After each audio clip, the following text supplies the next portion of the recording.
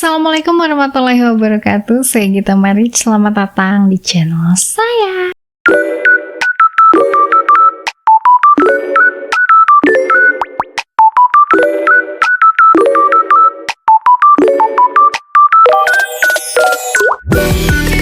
Di video kali ini saya ingin sedikit bahas tentang sejarah ya. Sejarah lagi tentang kisah yang mengerikan. Pernah denger nggak sih tentang Papin bersaudara yang bisa dibilang jadi legenda lah gara-gara sikapnya yang luar biasa. Ya kita sama-sama bongkar kisahnya.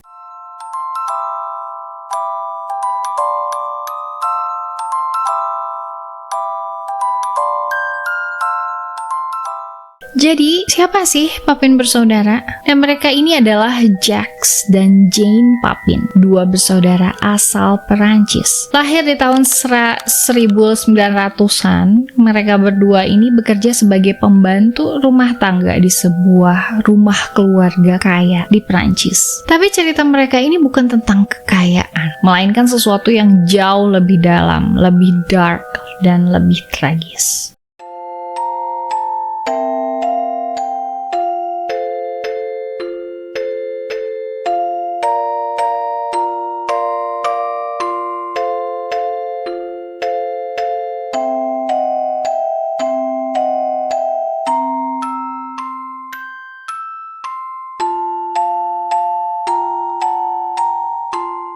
Jacques dan Jane dikenal sebagai pekerja yang rajin dan sangat dekat gitu ya satu sama lain. Cuman ada satu hal yang bikin mereka beda dari orang kebanyakan. Nah mereka ini tuh punya latar belakang keluarga yang cukup pelik lah, cukup sulit. Jadi masa kecil mereka ini penuh dengan tantangan yang akhirnya secara otomatis, secara tidak disadari, secara tidak langsung membentuk kepribadian mereka. They're bound for life, bound in blood. Something is stirring.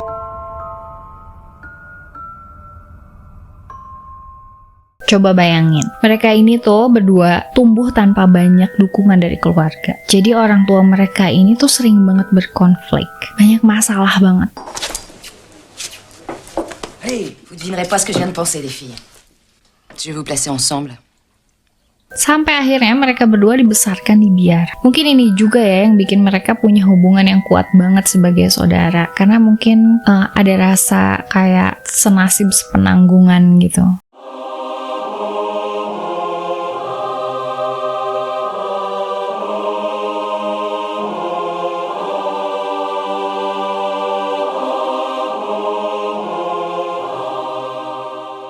Setelah keluar dari biara, mereka ini mulai kerja sebagai pembantu rumah tangga. Jadi kehidupan mereka ini sederhana banget gitu kan. Cuman sebenarnya mereka tuh menyimpan banyak tekanan batin dari masa lalu. Ya gimana nggak menyimpan banyak tekanan batin, orang dari keluarganya aja udah berkonflik ya, problematik banget.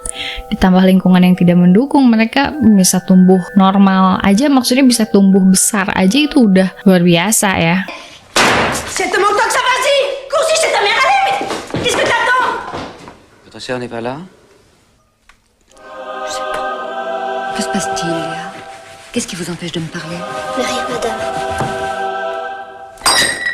Tapi yang bikin Papin bersaudara ini jadi terkenal adalah adanya sebuah tragedi besar yang terjadi di tahun 1933. Jadi mereka ini bekerja untuk sebuah keluarga kaya nih ceritanya. Sampai di suatu hari mereka melakukan sesuatu yang bikin seluruh Perancis terkejut. Mereka melakukan apa?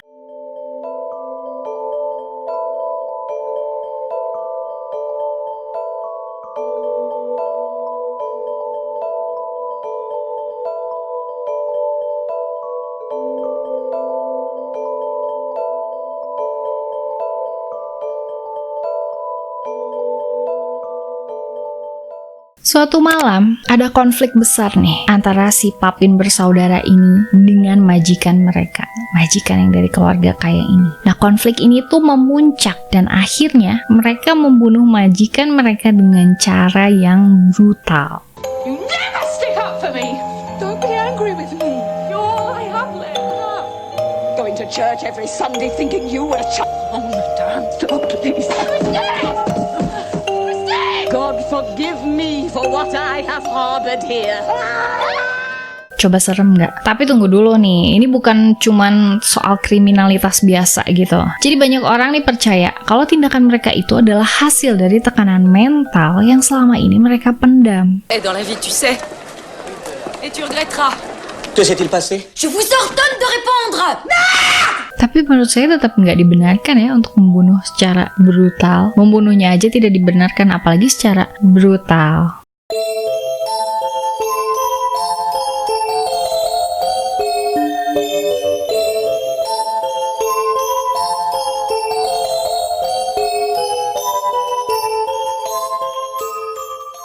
Jadi waktu kasus ini terungkap, media tuh kan langsung heboh, langsung rame kemana-mana. Ada yang bilang mereka ini gila lah, tapi ada juga yang lihat ini tuh sebagai simbol pemberontakan kelas sosial. Jadi kayak wajar gitu, wajar banget nih mereka kayak gini gitu. Nah, Papin bersaudara ini akhirnya diadili, dan hasilnya sungguh mengejutkan.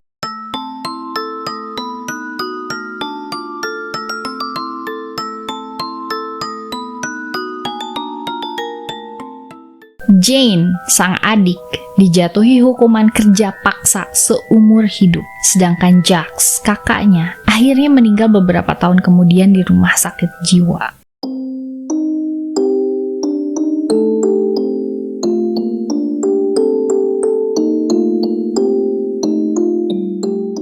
Kalau kita lihat nih dari cerita mereka, ada banyak hal yang bisa dipelajari sebenarnya ya. Jadi yang pertama itu tentang tekanan hidup yang bisa bikin orang tuh meledak karena nggak keluar, nggak ada penyaluran. Yang kedua itu tentang gimana sistem sosial yang kadang nggak adil, terutama di masa itu gitu kan. Jadi antara si kaya dan si miskin, lingkungan yang nggak mendukung lah. Dan terakhir, hubungan keluarga yang bisa jadi pelindung tapi juga sebagai sumber tekanan. Karena kadang keluarga itu nggak memahami, nggak menyadari bahwa sebenarnya yang terbesar itu dari mereka. Kalau misalnya mereka suportif, itu bisa banget jadi sukses gitu kan. Tapi kalau misalnya mereka nggak suportif atau toksik, justru malah menghancurkan dari dalam.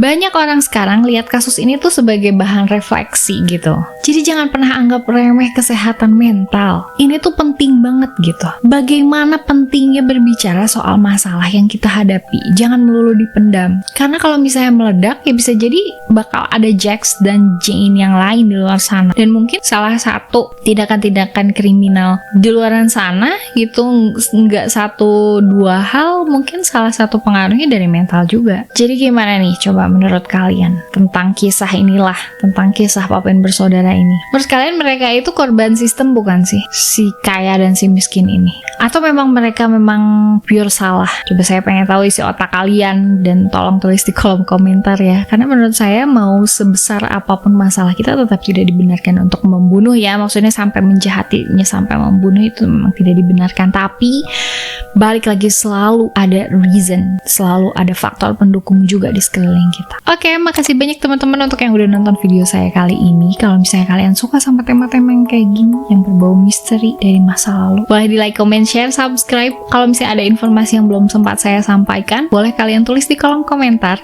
Jangan lupa jaga terus kesehatan fisik dan kewarasan mental karena itu penting. Sampai ketemu di video saya selanjutnya. Saya Gita Maric undur diri. Assalamualaikum warahmatullahi wabarakatuh.